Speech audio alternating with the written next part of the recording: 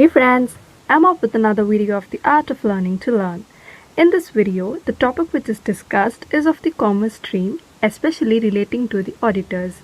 And the topic is qualities of an auditor. The piece of text discussed in this video is extracted from the Institute of Chartered Accountants of India, so CA students can better relate it. Nevertheless, other students can also watch it and relate it to your respective subjects. Hope you like the video. So let's get started. Qualities of an auditor. It is not enough to realize what an auditor should be. He is concerned with the reporting on financial matters of business and other institutions. Financial matters inherently are to be set with the problems of human fallibility, errors, and frauds are frequent. The qualities required according to Dixie are tact, caution, firmness, good temper, integrity, discretion, industry, judgment, patience, clear headedness, and reliability. In short, all those personal qualities that go to make a good businessman contribute to the making of a good auditor. In addition, he must have the shine of culture for attaining a great height. He must have a high degree of integrity, objectivity, and independence. In fact, Code of Ethics mentions integrity, objectivity, and independence as one of the fundamental principles of professional ethics. Qualities of an auditor. The first paragraph basically deals with the personal qualities. So this is topic sentence, like what an auditor should be. It means what are the qualities required. And now the qualities required according to Dixie. So this is a person who has told what the qualities required are. So this whole paragraph lies in these three lines. See, tact, caution, firmness, good temper, integrity, discretion. This is actually industrious, judgment, patience, clear-headedness, and reliability. All these are basically personal qualities.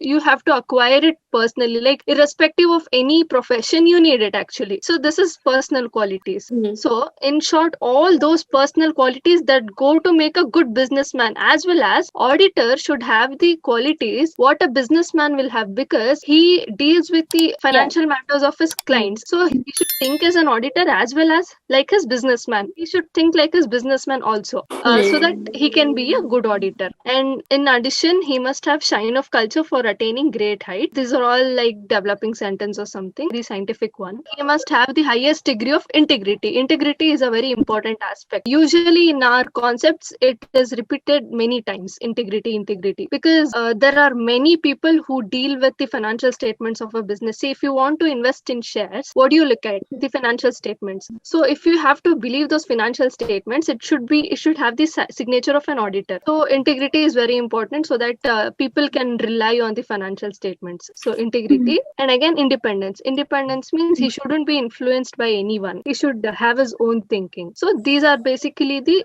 personal qualities. And here they have mentioned again code of ethics. So we have code of ethics basically. So it says integrity, objectivity, and independence. These three in special are very important. They are fundamental. So in this, what we can see is the important things are these three lines. We can see it is integrity, independence, and the objectivity here. So this is the personal qualities. He must have a thorough knowledge of the general principles of law which govern matters with which he is likely to be in intimate contact. The Companies Act needs special mention, but mercantile law, especially the law relating to contracts, is no less important. Needless to say, where undertakings are governed by a special statute, its knowledge will be imperative. In addition, a sound knowledge of the law and practice of taxation is unavoidable. So here, this is the legal qualifications. The second paragraph is dealing with the legal qualification. First one was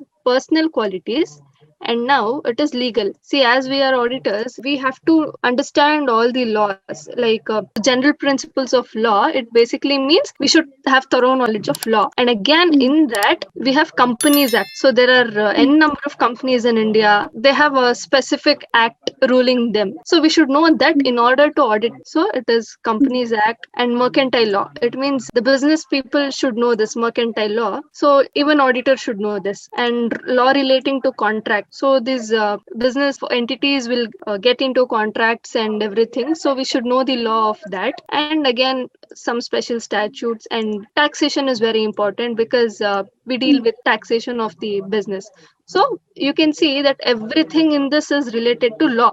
So these are legal qualifications. He must pursue an intensive program of theoretical education in subjects like financial and management accounting, general management, business and corporate laws, computer and information systems, taxation, economics, etc.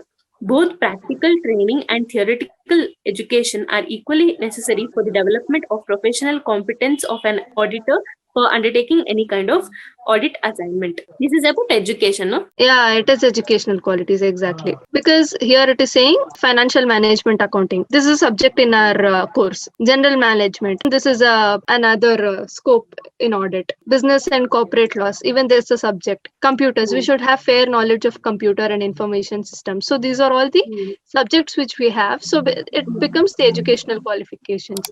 Taxation, economics, etc. And again, at the end, it's saying if we are only bookworms, we can't. So they're telling practical training and theoretical knowledge.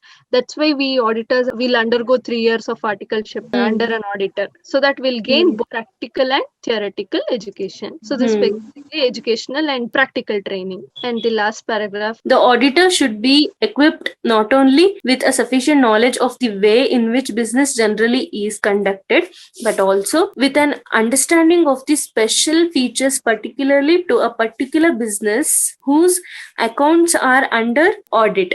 The auditor who holds a position of trust must have the basic human qualities apart from the technical requirement of professional training and education. So we the main concepts are finished actually. See, personal is over, legal is over, and educational is over. These are all like concluding paragraphs. He should have special features, like he should deal different business with different mindset. He should be peculiar. He can't apply same concepts for all business. Some may be medium, small, and it depends on season.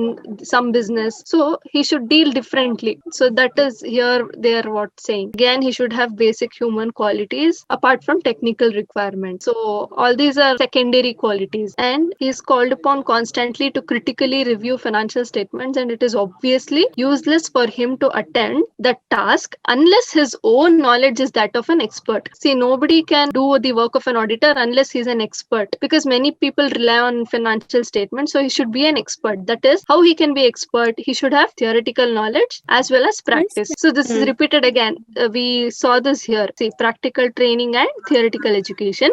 They're reiterating it again here.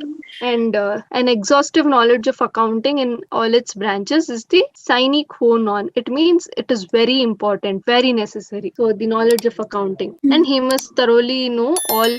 Accounting is very important in our course. So they're telling accounting knowledge should also be present. So apart from the personal, legal, educational, so he should have peculiar special features like peculiar to particular business, and he should have basic human qualities, and he should have the knowledge of an expert, and he should know accounting principles. So these are the concluding points. And at the end, they've given some few words which a person has quoted. Here it is Lord Justice Lindley. So he is told that overall view of what an auditor should be as regards the personal qualities. He has told what the personal qualities should be. That is, he should be honest. And according to him, an auditor should be very honest, and he must not certify what he does not believe to be true. And if he has to tell it is correct, he should be very careful, and he should examine everything, and only then he should state that yeah, it is correct. So it requires honesty. Personal qualities, what is there in the material has done this. Reliability, integrity, caution. So all these qualities is mentioned here, and is given me a mnemonic. See, rich,